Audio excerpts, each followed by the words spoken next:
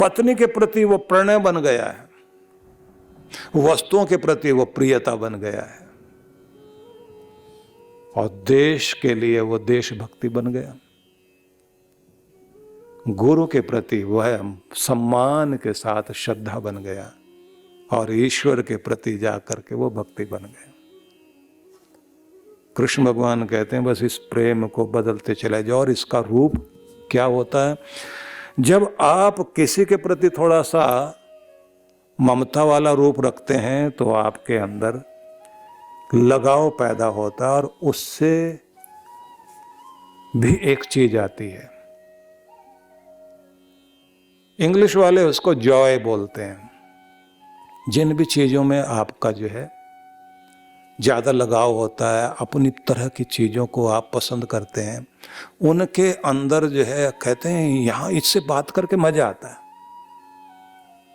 अच्छा लगता है। और इसी को लेकर के अगर आप थोड़ा सा और आगे चलें तो एक तो वो है कि जो आपके अंदर हैप्पीनेस प्रकट करे, लेकिन जो चरम पर लेकर के जाए उसको बोलते हैं ब्लिस। ब्लिस वाली जो स्थिति है वो जब डिवाइन ब्लिस बन जाए, परमात्मा का वह परम चरमोत्कर्ष आनंद वाला रूप, वो तब बनेगा जब आपकी भक्ति समाधि में जाकर समर्पण को पूर्ण कर दे। कहा जाता है कि किसी एक दीप में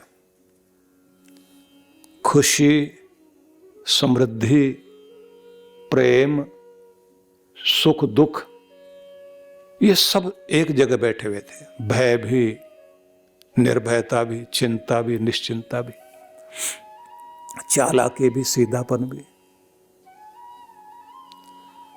तो सबको कहा गया कि यहां से निकलो क्योंकि बहुत बड़ा फ्लड आने वाला है। तो कहते हैं कि सब लोगों ने एक बड़ी सी नौका ली और चालाकी से सब उसमें बैठ गए। पीछे रह गया बेचारा प्रेम, उसने भी कहा कि मुझे भी बैठा लो, और उसको किसी ने बैठाया नहीं। तू तो बहुत सीधा साधा है, हमें तो खुशी की जरूरत है, दुख तो पहले ही सब जगह जाकर बैठ जाता है। तो ये सब जब जा रहे थे तो लोग कहते थे बस एक ही रह गया जो डूब के मरेगा। प्रेम वाला आदमी बेचारा अकेला कोने में बैठा रहता है, वो सबको प्यार करता है, सबको चाहता है, सबका ध्यान रखेगा, सबके आगे झुक जाएगा। क्योंकि जो प्रेम वाला आदमी होता है वो जल्दी माफी मांग लेगा, वो कहेगा भैया रिश्ते ठीक रहने चाहिए, पैसा ले लो तुम, रिश्ता नहीं टूटने दो। रिश्ता नहीं टूटने देता, संबंध बनाए रखता है, आदर देगा, लिहाज करेगा। चलो पहले आप बैठ जाओ, उसने सबसे कहा आप बैठिए, आप बैठिए, आप बैठिए, आप बैठिए। प्रेम वाला था ना, प्रेम तो प्रेम ही है। उसने कहा आप बैठ जाइए, आप बैठ जाइए, पहले आप, पहले आप, पहले आप। वो सारी नौका भर गई। अब इसने कहा कि भाई मुझे भी ले लो। अब उनमें जो सबसे ज्यादा चतुर चालाक था, नौका तो वही चला रहा था, उसने कहा कि भाई साहब पहले देख लो, इसमें पहले एक दो आदमी ज्यादा है, तो और आ गया तो डूब मरेंगे हम लोग। तो दौड़ाते हुए ले गए सब, और हंस रहे हैं आगे चलकर। बेचारा भोला भाला पहले तुम, पहले तुम, पहले तुम करता रहा। अब इस तुम का मजा लो। पहले मैं कहना चाहिए, जो मैं कहता है तो इसका मतलब है कि वो अपने को महत्व देना चाहता है, उसका प्रेम अधूरा प्रेम है। जिसके अंदर सच्चा प्रेम होगा वो सब में प्रेम की मूर्ति बन करके सब में ये देखेगा कि मेरा तो भला हो लेकिन किसी का नुकसान नहीं होना चाहिए, और अगर मुझे नुकसान हो जाए तो हो जाए, लेकिन दूसरे को नुकसान नहीं होना चाहिए। ये बात बहुत मुश्किल से आती है। तो कहते हैं कि भाव कथा वालों ने लिखा कि नौका जब किनारे जाकर लगी तो सब हैरान। वो प्रेम वहां पहले से खड़ा हुआ और कह रहा आइए ना, आइए आइए। वो सबने पूछा तू कैसे पहले? उसने कहा कि जिस परमात्मा ने तुम्हारे लिए नौका भेजी थी ना, उसने मेरे लिए इतनी तेज नौका भेजी कि मुझे पहले ला करके यहां खड़ा कर दिया। उसने कह दिया है कि इस दुनिया को तेरी जरूरत नहीं है, तेरी जरूरत तो मुझे है और मुझे तेरी जरूरत है। इसलिए परमात्मा तक पहुंचाता है तो प्रेम पहुंचाता है, मैं उस तक पहुंचा हूं, वो मुझे पहुंचा रहा है। तो लिखने वालों ने ये लिखा कि ये बात ध्यान रख लेना, पूरी दुनिया में चालाकी करते करते आप दुनिया के निकट तो हो सकते हो, लेकिन परमात्मा के निकट नहीं हो सकते। परमात्मा के निकट तो अगर आप हो सकते तो सिर्फ प्रेम के आधार पर हो सकते। प्रेम ही तुम्हें लेकर के जाएगा और कोई रास्ता नहीं। अब ये कौन लोग थे जिनका प्रेम इतना बड़ा था कि खंडित भारत को जोड़ दिया, खुद कष्ट सह गए। जिन लोगों ने रात दिन एक करके रात दिन लगे रहे और टीका बना रहे हैं कोरोना का, वैक्सीन तैयार हो रही है, और उस जगह पर जहां उन बेचारों को खुद खतरा है कि हमको ना हो जाए। सोचिए उन लोगों ने जिन्होंने चेचक का टीका खोजा, जिन लोगों ने वैक्सीन बनाया, चाहे पोलियो का बनाया, टिटनेस का बनाया, जिन लोगों ने प्लेग के लिए काम किया था, खुद प्लेग से बेचारे ग्रसित हो गए। मैं उनका नाम क्यों लेना चाहता हूं? उनके अंदर मानवता के प्रति प्रेम था। जिस व्यक्ति ने खुद को गला दिया, लेकिन लोग बचने चाहिए, मेरा क्या, मैं तो ठीक रहूं ना रहूं, दुनिया जिए। ये दुनिया अगर चल रही तो ये ध्यान रख लेना, ये प्रेम का वाले लोगों के कारण चल रही है। वो कोई मां का बेटा प्रेम वाला रहा होगा, जिसके मन में अपने देश के प्रति प्रेम है, तो वो खड़ा है सियाचिन ग्लेशियर में।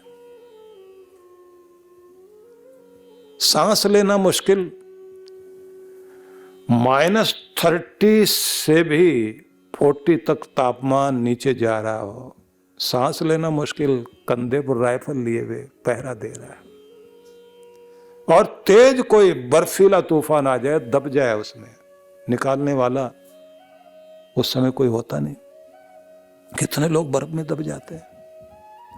वो व्यक्ति जो 45-50 डिग्री तक के तापमान में रेत में खड़ा होकर के पहरा दे रहा है,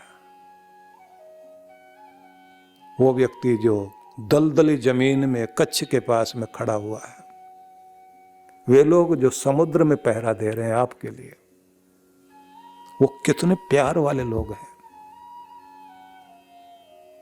ये दुनिया उनके कारण चलती है, चाहे कोई डॉक्टर है, चाहे कोई इंजीनियर है, जो रात दिन लगा हुआ है, ये दुनिया प्यार के कारण चलती है। भगवान कहते हैं प्रेम ही मेरा मार्ग है, मेरी तरफ अगर आओगे तो प्रेम के कारण ही आओगे, और तुम्हें अगर कोई चीज पार लगाएगी तो प्रेम ही प्यार लगाएगा, पार लगाएगा। लेकिन उस प्रेम को जब आप परम तक लेकर जाते हैं तो कहते हैं वो बनता है श्रद्धा।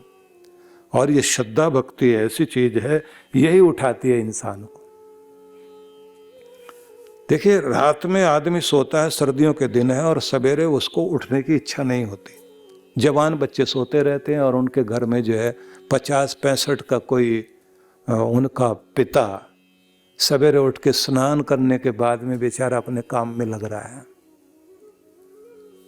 उसको क्या नींद जल्दी खुल जाती है? उसको क्या सर्दी पसंद, मतलब सर्दी अच्छी लगती है जो वो बर्फ में जाएगा और बाहर निकलेगा? आदमी को जिम्मेदारियां जगाती हैं,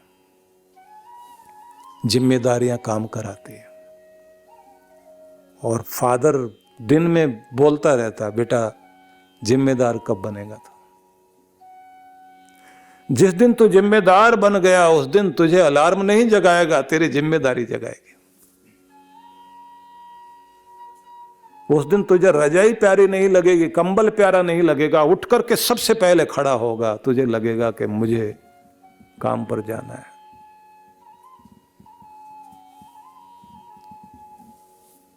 जिम्मेदार कौन? जिसके दिल में प्यार है अपने बच्चों के लिए, अपने परिवार के लिए। उस महिला के बारे में सोचिए ना, जिसने अपने सिर पर पट्टी बांध रखी है, बुखार में तप रही है और सर्दी का समय है। उसका बेटा 2 बजे रात में आया और उसने पहले ही कहा हुआ था कि मां मैं खा के आऊंगा, तुझे जागने की जरूरत नहीं है। लेकिन वो बुखार में उठ के बैठी हुई है, इंतजार कर रही है। तू आ गया बेटा? मां तू सो जाती ना, मैं तो खा के आया हूं। अच्छा थोड़ा सा गर्म दूध पिला देती हूं, ये पी के सो जा। शादी से पहले जब वो युवती थी, बड़े नखरे थे उसके, अपने घर में लड़ झगड़ करके अपनी बात मनवाती थी। अब कोई नखरा नहीं है उसका, अब जिम्मेदार है वो। उसका प्यार जगाता है, उसकी ममता जगाती है, उसका स्नेह जगाता है कि मुझे अपने बच्चे के लिए जागना है। एक सज्जन बताया करते थे, अच्छे वक्ता थे वो और बहुत समृद्ध व्यक्ति भी थे। सर्दियों की रात में बहुत देर से घर लौटे और भरा पूरा परिवार उनका। बहुत भारी कोहरा है और जहां चौकीदार बैठा हुआ है घर का मेन डोर, उसके पास कंबल ओढ़ के बैठी हुई है। रात के 11:30 बजे हुए। जैसे ही ये आए तो कहते हैं, मैंने अभी दरवाजे को बेल भी नहीं बजाई और दरवाजे पर नॉक भी नहीं किया, और वो उससे पहले ही जैसे गाड़ी रुकी है तो उसी समय उसने चौकीदार से कहा, लगता है ये आ गए हैं, दरवाजा खोलो। अब जब वो कहते हैं कि मैं उतर कर आया तो मैं उससे कहता हूं, तुझसे चला नहीं जाता, मेरी भी एज इतनी हो गई और तुम्हारी तो तबीयत वैसे ठीक नहीं रहती। बोले जी अगर चौकीदार सोया रह जाता, बच्चे तो उठने वाले थे नहीं, आप सर्दी में बाहर खड़े रह जाते ना। और फिर आपके बिना आज तक कभी ऐसा हुआ है कि आप बाहर हों और मैं सो जाऊं? आपके लिए प्रबंध करके ही तो सोई हूं हमेशा। उस व्यक्ति का कहना था कि मेरी पत्नी बहुत पढ़ी लिखी नहीं थी, लेकिन उस समय मुझे ये समझ में आया कि जितनी पढ़ी लिखी ये है इतना तो कोई नहीं होता। इसका प्यार, इसकी जिम्मेदारी इससे न जाने क्या क्या कराती है, और मैं इसका कर्जदार हूं कि मैं कभी कभी उसे कहता था कि अगले जन्म में तेरा बेटा बन के आऊंगा, मैं तेरी सेवा करूंगा। और वो कहती, नहीं जी यही रहना जो आप हो, मुझे सेवा करने का मौका देना, मुझे अच्छा लगता है तुम्हारी सेवा करते हुए। जब आप थोड़े संतुष्ट हो जाते हैं, खुश हो जाते हैं ना, तो मुझे लगता है कि आज मुझे बड़ा भारी पुरस्कार मिल गया। ये प्यार है। इस प्यार को आप श्रद्धा भक्ति बनाकर भगवान तक लेकर जाइए। कृष्ण कहते हैं तुम मुझे पालोगे, कोई दिक्कत नहीं है। यही तो लोग हैं जो श्रेष्ठ भक्त हैं। उन्होंने कहा मैं युक्त तमा मतः, मैं उनको सबसे ज्यादा श्रेष्ठ मानूंगा जो प्रेम वाले लोग हैं, भक्ति में जो प्रेम लेकर आएंगे वो मुझ तक पहुंचेंगे।